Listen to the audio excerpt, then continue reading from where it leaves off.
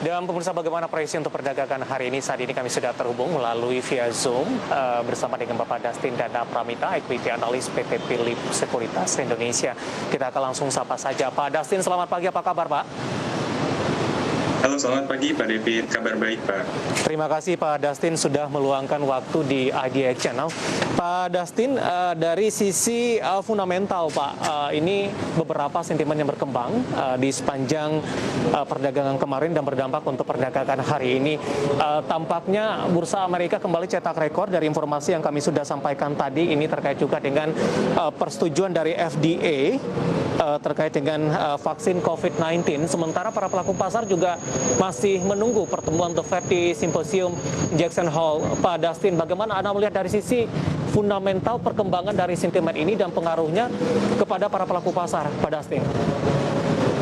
Ya, terima kasih Pak David.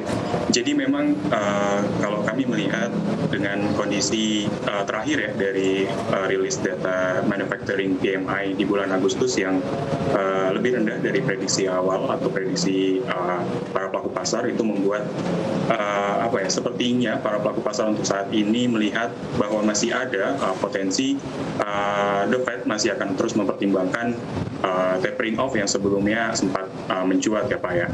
Namun kami tetap perlu melihat ya bagaimana pandangan dari khususnya Gubernur The Fed yang akan diadakan ya di minggu ini juga, itu akan lebih memperjelas bagaimana langkah dari bank sentral tersebut untuk ke depannya. Namun saat ini mungkin pasar lagi mendapatkan sentimen yang positif ya, dan itu juga yang mendorong dari indeks Wall Street dan juga indeks-indeks lainnya termasuk emerging market. Baik, tapi dari perkembangan saat ini Pak Dastin, bagaimana Anda melihat penjelasan atau keputusan The Fed nantinya terkait juga dengan kebijakan selanjutnya yang ditunggu banyak pihak, indikator dari kondisi fundamental ekonomi Amerika Serikat sampai sejauh ini. Kemudian di sisi lain pandemi COVID-19 ini jumlahnya juga semakin meningkat di Amerika Serikat sampai sejauh ini, dan dikhawatirkan ini juga akan mempengaruhi dari sisi pemulihan ekonomi ke depannya. Ya, betul Pak David. Jadi memang salah satu ketua The Fed ya, yaitu Robert Kaplan menyatakan bahwa dengan adanya kenaikan atau lonjakan kasus COVID di Amerika Serikat, itu membuat satu efek ya, atau mungkin dampak yang kurang baik nanti ke perekonomian Amerika, dan itu yang dikhawatirkan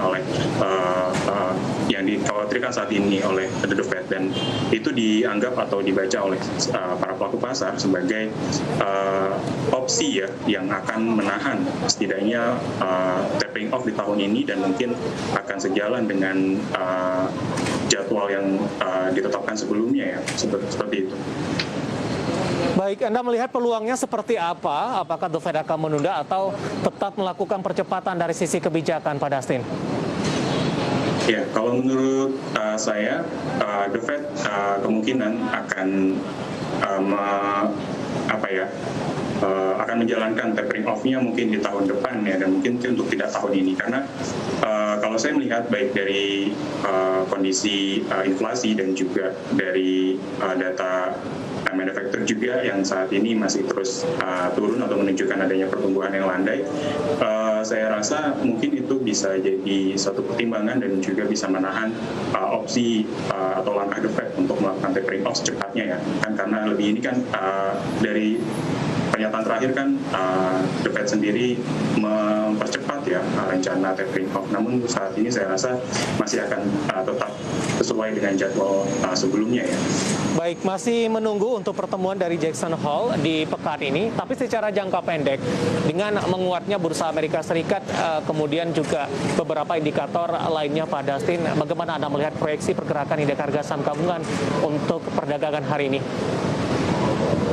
Untuk indeks harga saham gabungan pada perdagangan hari ini kami masih memproyeksikan akan bergerak bullish ya, dengan rentang support mungkin kisaran 6.060 dan resisten 6.130.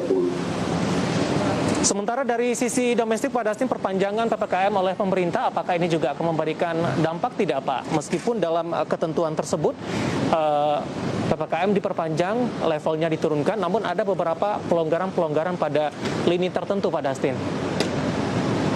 Ya betul Pak David. Jadi memang mungkin sebelum PPKM level 3 ya yang saat ini ditetapkan oleh pemerintah, mungkin PPKM yang sebelumnya memang sudah sedikit meredakan kekhawatiran para investor ataupun trader terhadap ekonomi Indonesia. Karena memang sebelumnya kan PPKM sendiri sudah diberlakukan dan juga terdapat pelonggaran yang ditetapkan ya atau diberlakukan oleh pemerintah. Dan mungkin saya rasa dengan adanya kondisi yang semakin baik ke depannya, saya rasa mungkin nanti akan ada pembukaan lagi kegiatan masyarakat secara penuh dan nantinya harapan dari investor ataupun trader terhadap ekonomi Indonesia akan positif.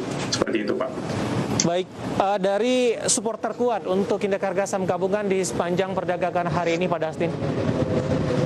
Ya, jadi mungkin untuk rentang support ya dan resisten untuk pergerakan indeks harga saham gabungan kami memproyeksikan akan rentangnya bergerak di 6.060 untuk support dan resisten 6.130. Dengan pola pergerakan indeks harga saham gabungan kemudian juga dengan beberapa sentimen yang berkembang, bagaimana dari sisi strategi, apakah trading jangka pendek tampaknya masih cukup mendominasi untuk perdagangan hari ini? Ya Pak, betul sekali. Jadi berhubung kita masih perlu mencermati ya pernyataan dari Gubernur The Fed yang masih kita akan tunggu di minggu ini. Jadi saya rasa momen untuk saat ini lebih cenderung kepada trading jangka pendek seperti itu Pak. Baik, dari sisi sektornya seperti apa Pak Dustin untuk melakukan atau menjalankan strategi ini? Sektor apa saja yang mungkin masih berpeluang di perdagangan hari Selasa ini Pak? Oke, jadi mungkin untuk perdagangan hari ini dan sesuai dengan rekomendasi Philip Sekuritas pagi hari ini, sektor-sektor yang bisa dicermati untuk dijadikan pilihan trading, diantaranya ada sektor infrastruktur telekomunikasi, kemudian juga ada sektor konstruksi salah satunya, dan juga ada sektor consumer ya, seperti Pak.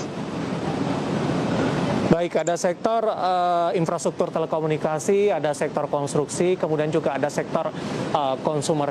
Kenapa ketiga sektor ini direkomendasikan Pak Dustin? Apakah memang dari sisi sektornya banyak faktor pendukung yang mungkin akan menguatkan dari beberapa saham yang ada di sektor ini nantinya? Ya, mungkin kalau untuk sektor infrastruktur telekomunikasi, kami melihat memang masih positif ya untuk outlook sektor tersebut karena memang rencana yang terus digemborkan ya oleh pemerintah untuk mengembangkan infrastruktur 5G-nya untuk khususnya untuk sektor-sektor telekomunikasi. Infrastruktur telekomunikasi akan memberikan ya atau mendapatkan dampak yang positif dari langkah tersebut. Kemudian untuk dari sektor-sektor lainnya seperti consumer dan juga konstruksi, saya melihat di sini ada satu momen yang kalau kita bisa katakan dari segi teknikal ya akan mengalami technical rebound dalam jangka pendek yang bisa dimanfaatkan oleh trader seperti itu. Baik, dari sisi konsumer, Pak Dustin, ini beberapa sahamnya lebih cenderung tertekan dalam beberapa waktu terakhir. Bagaimana Anda melihat dari saham-saham yang ada di sektor ini, terutama dari Unilever, kemudian juga ada ICBP, meskipun pada perdagangan kemarin sempat mengalami penguatan, meskipun tidak terlalu signifikan, Pak Dustin? Ya, jadi memang keseluruhan ya, mungkin untuk kalau kita bicara jangka panjang atau jangka menengah, saya rasa sektor consumer masih mungkin akan relatif flat bergeraknya, namun dengan adanya salah satu ya emiten yang mungkin saat ini menarik untuk dikoleksi jangka pendek, ya saya rasa itu lebih cocok lagi ya untuk dipilih menjadi strategi trading jangka pendek, kurang lebih seperti itu Pak. Baik, mungkin dari sisi sahamnya Pak Dustin?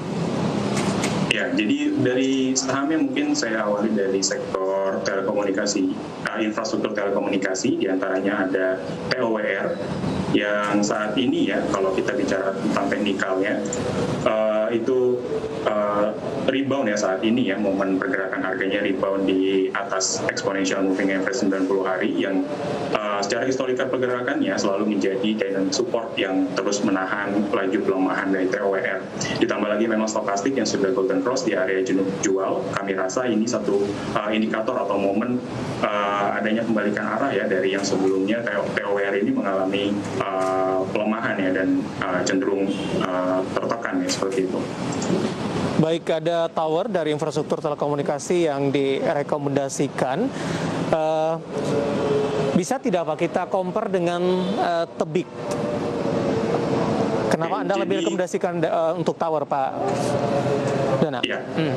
Ya, jadi kalau kita bicara Tebik dan juga tower ya, untuk komparasi sebenarnya pergerakannya memang masih sama ya, kurang lebih ya untuk polanya. Namun untuk saat ini saya lebih melihat TOWR sudah break di atas dynamic resisten ya di EMA 24 hari. Jadi dengan momentum ini saya harapkan TOWR ini akan terus bergerak di atas dynamic resisten tadi, dan dengan begitu ya signal bullish confirm ya kalau saya pribadi merasakan seperti itu. Baik, Pak Dasni, menarik, kita akan jeda terlebih dahulu. Nanti kita akan lanjutkan kembali saham-saham pilihan apa saja yang Anda rekomendasikan untuk perdagangan hari ini. Kita akan jeda dan pemirsa kami akan segera kembali. Tetaplah bersama kami.